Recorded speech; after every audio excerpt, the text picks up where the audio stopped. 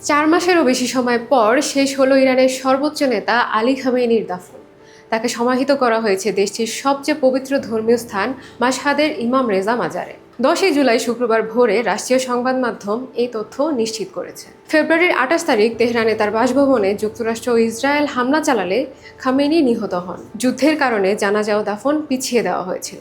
4 জুলাই তেহরানের গ্র্যান্ড মুসাল্লা কমপ্লেক্সে শুরু হয় আনুষ্ঠানিক শেষ শ্রদ্ধার আয়োজন। মরদেহ নিয়ে আসা হয় সর্বসাধারণের সামনে। অনুষ্ঠানে হামাস, ইসলামিক জেহাদ, হিজবুল্লাহ, ইয়েমেনের হুথি সহ বিভিন্ন দেশের প্রতিনিধিরা উপস্থিত ছিলেন। 6 জুলাই তেহরানের রাস্তায় প্রায় 1,20,00,000 মানুষের উপস্থিতিতে 10 কিলোমিটার দীর্ঘ শোকযাত্রা অনুষ্ঠিত হয়। এরপর 7 জুলাই কোম শহরে আরেকটি শোক মিছিল হয়। পরে মরদেহ নিয়ে যাওয়া হয় ইরাকের নাজাফ ও কারবালায়, যেখানে হাজারো মানুষ শেষ শ্রদ্ধা জানান খামেনিকে। 9 জুলাই ভোরে খামেনির মরদেহ মাশহাদে নিয়ে যাওয়া হয়।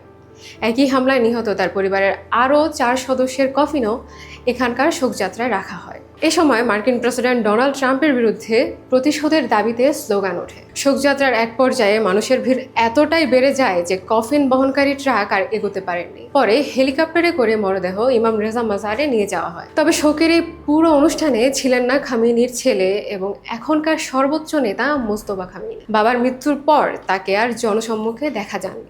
এদিকে দাফনের কয়েক ঘন্টা আগেই ইরানের কয়েকটি এলাকায় বিস্ফোরণের শব্দ শোনা যায়। যদিও ইউএস সেন্ট্রাল কমান্ড জানিয়েছে ওই সময় তারা নতুন কোনো হামলা চালায়নি। অন্যদিকে যুদ্ধ বন্ধে জুন মাসে হওয়া প্রাথমিক সমঝোতাও ভেঙে পড়েছে। হরমুজ প্রণালীতে ট্যাঙ্কারের হামলার পর যুক্তরাষ্ট্র ইরানে নতুন করে বিমান হামলা চালিয়েছে। তুরস্কে অনুষ্ঠিত নেটো সম্মেলনে ট্রাম্প সাফ জানিয়ে দিয়েছেন যুদ্ধবিরতির সমঝোতা শেষ হয়ে গেছে।